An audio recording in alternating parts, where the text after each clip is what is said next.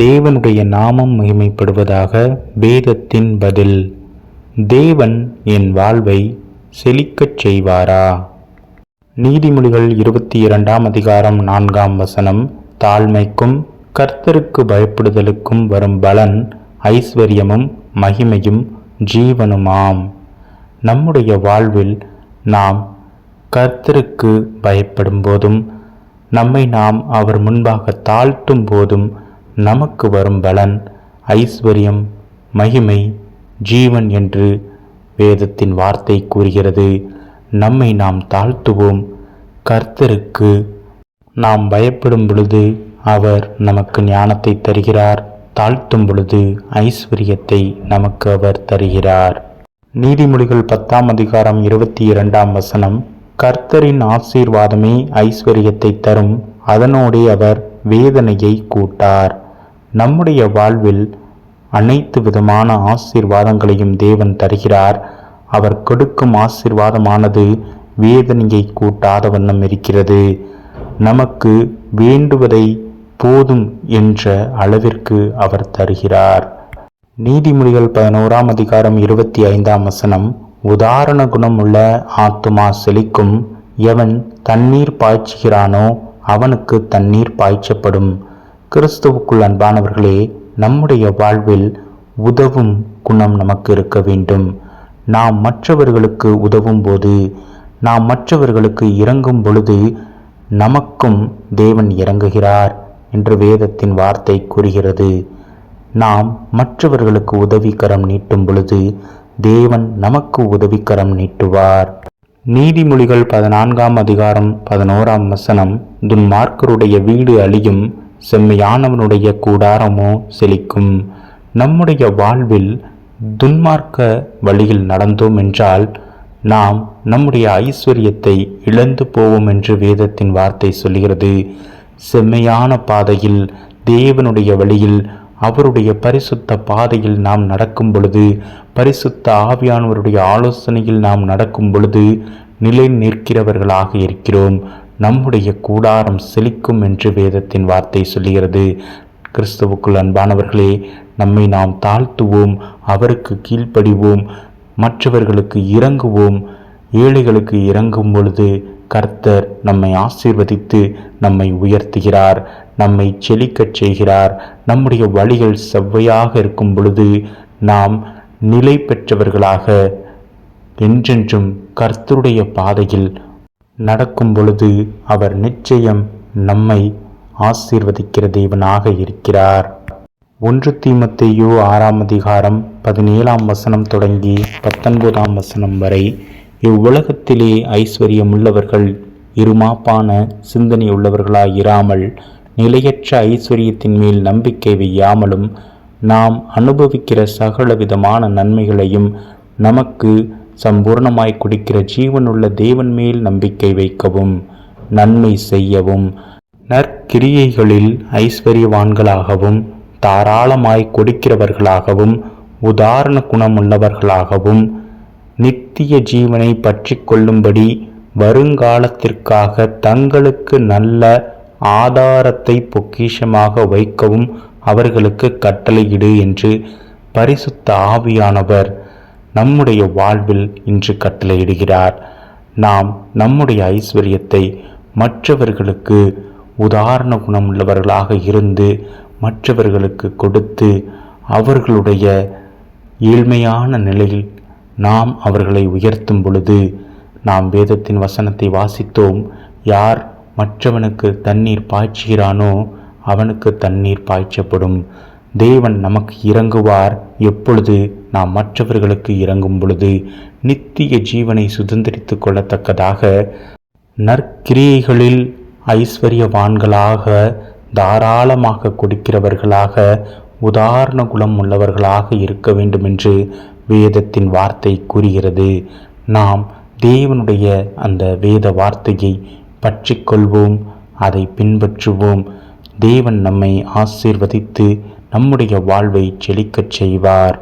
நீதிமொழிகள் 14ஆம் அதிகாரம் 21ஆம் வசனம்: பிறனை அவமதிக்கிறவன் பாவம் செய்கிறான், தரித்திரனுக்கு இறங்குகிறவனோ பாக்கியமடைவான். நீதிமொழிகள் 19:17 ஏழைக்கு இரங்குகிறவன் கர்த்தருக்கு கடன் கொடுக்கிறான், அவன் கொடுத்ததை அவர் திரும்ப கொடுப்பார். கிறிஸ்துவுக்குள் அன்பானவர்களே, தேவன் நம்முடைய வாழ்வை செழிக்கச் செய்யும் பொழுது, அவருடைய ஆசீர்வாதத்தின் மகிமையை நாம் அடையும் பொழுது மற்றவர்களுக்கும் இறங்குகிறவர்களாக இருக்க வேண்டும். வசனம் சொல்கிறது, ஏழைக்கு இறங்குகிறவன் கர்த்தருக்கு கடன் கொடுக்கிறான், அவன் கொடுத்ததை அவர் திரும்ப கொடுப்பார். நம்முடைய ஐஸ்வர்யத்தின் மிகுதி நம்மை அழிந்து போகச் செய்துவிடும். நாம் மற்றவர்களுக்கு உதவாத பொழுது, உதாரண குணம் உள்ளவர்களாக இருக்கும் பொழுது நம்முடைய ஐஸ்வர்யம் இன்னும் அதிகமாகும். ஏன்? மற்றவர்களுக்கு இறங்கும் பொழுது தேவன் நமக்கு இறங்குகிறார். உபாகமம் 8:17 என் சம்பாத்தியமும் என் கைப்பலனும் இந்த ஐஸ்வர்யத்தை எனக்கு சம்பாதித்தது என்று நீ உன் இருதயத்தில் சொல்லிக் கொள்ளாமலும் இருக்க எச்சரிக்கையாயிருந்து. கிறிஸ்துவுக்குள் அன்பானவர்களே, வேதவசனம் சொல்கிறது, நான் இந்த ஐஸ்வர்யத்தை சம்பாதித்தேன், என் கைபலன் இந்த ஐஸ்வர்யத்தை சம்பாதித்தது என்று நாம் நம்முடைய இருதயத்தில் சொல்லிக்கொள்ளாமல் இருக்க எச்சரிக்கையாக இருக்க வேண்டும். ஏன்? இது அனைத்தும் தேவனால் நமக்கு கொடுக்கப்பட்டது. 1 நாளாகமம் 29:12 ஐஸ்வர்யமும் கனமும் உம்மாலே வருகிறது, தேவரீர் எல்லாவற்றையும் ஆளுகிறவர், உம்முடைய கரத்திலே சத்துவமும் வல்லமையும் உண்டு, எவரையும் மேன்மைப்படுத்தவும் பலப்படுத்தவும் உம்முடைய கரத்தினால் ஆகும். ஆமீன். கிறிஸ்துவுக்குள் அன்பானவர்களே, அனைத்தும் தேவனிடத்தில் இருந்து வருகிறது. வசனம் சொல்லுகிறது, அவர் நன்மையான ஈவுகளால் நம்மை போஷித்து வளர்ப்பிக்கிறார். நாம் அவருடைய மகிமையை பெற்றுக்கொள்ளும் போது, அவருடைய ஆசீர்வாதத்தை பெற்றுக்கொள்ளும் பொழுது, அதை மற்றவர்களுக்கும் நாம் கொடுக்கும் பொழுது நித்திய ஜீவனை அடைகிறவர்களாக, ஐஸ்வர்யவான் என்றும் பரலோக ராஜ்யத்தில் பிரவேசிப்பதில்லை என்று வேதவசனம் சொல்லுகிறதே. ஆனாலும் தேவனுடைய வார்த்தைகளுக்கு கீழ்ப்படிந்து அவருடைய ஐஸ்வர்யத்தை பெற்றுக்கொண்டு மற்றவர்களுக்கு நாம் கொடுக்கும் பொழுது தேவன் நமக்கு இறங்குகிறார். நாம் நம்முடைய வாழ்க்கையில் நற்கிரியைகளை செய்வது நமக்கு ஐஸ்வர்யம். நம்முடைய வாழ்வை தேவன் செழிக்கச் செய்வார். அவர் ஐஸ்வர்யத்தின் அனைத்தையும் நமக்கு கொடுக்கிறார், ஆனால் வேதனையை கூட்டார். போதும் என்ற மனமே பொன் செய்யும் மருந்து என்று நாம் பழமொழி கேட்டிருக்கிறோம். நம்முடைய வாழ்வில் தேவன் நமக்கு கொடுத்தது போதும். அவர் நம்மை நிச்சயம் வழிநடத்த வல்லவராக இருக்கிறார். அவருடைய கரங்களில் நம்மை தாழ்த்தி ஒப்பு கொடுப்போம். அவர் நம்மை மேன்மைப்படுத்துவார், பலப்படுத்துவார். அவருடைய கரத்தில் நம்மை ஒப்பு கொடுப்போம். பிலிப்பியர் 4:19 என் தேவன் தம்முடைய ஐஸ்வர்யத்தின்படி உங்கள் குறைவை எல்லாம் கிறிஸ்து இயேசுவுக்குள் மகிமையிலே நிறைவாக்குவார். கிறிஸ்துவுக்குள் அன்பானவர்களே, நம்முடைய வாழ்வில் நாம் எதை இழந்தோம் என்று நம்முடைய மனதிற்குள்ளாக நாம் சிந்திக்கும் பொழுது, இந்த உலக வாழ்வை அல்ல, பரலோக வாழ்வையே நாம் இழந்திருக்கிறோம். இந்த உலக வாழ்வை நாம் விட்டு பரலோக ராஜ்யத்தை சுதந்திரித்து கொள்ள தேவன் இந்த உலக வாழ்வில் நமக்கு கொடுத்த ஐஸ்வர்யங்களை மற்றவர்களுக்கு கொடுப்போம். உதாரண குணமுள்ளவர்களாக வாழ்வோம்.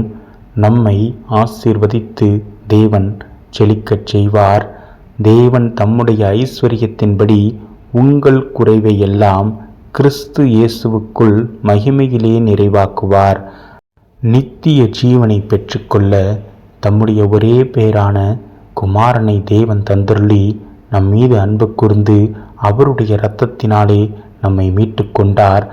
நம்முள் குறைவாக இருந்த அந்த நித்திய ஜீவனை பெற்றுக்கொள்ளத்தக்கதாக, நித்திய வாழ்வை பெற்றுக்கொள்ளத்தக்கதாக இயேசு கிறிஸ்துவானவர் தம்முடைய இரத்தத்தை சிந்தி நம்மை மீட்டு கொண்டார்.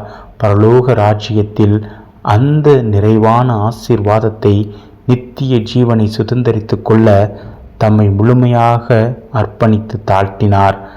நம்மை அவர் மகிமையிலே நிறைவாக மாற்றுகிற தேவனாக இருக்கிறார். நாம் நம்மை முழுமையாக அர்ப்பணிப்போம். இயேசு கிறிஸ்துவின் நாமத்தினாலே நம்மை மீட்டு கொண்டார். அவரை நாம் அறிக்கை செய்வோம்.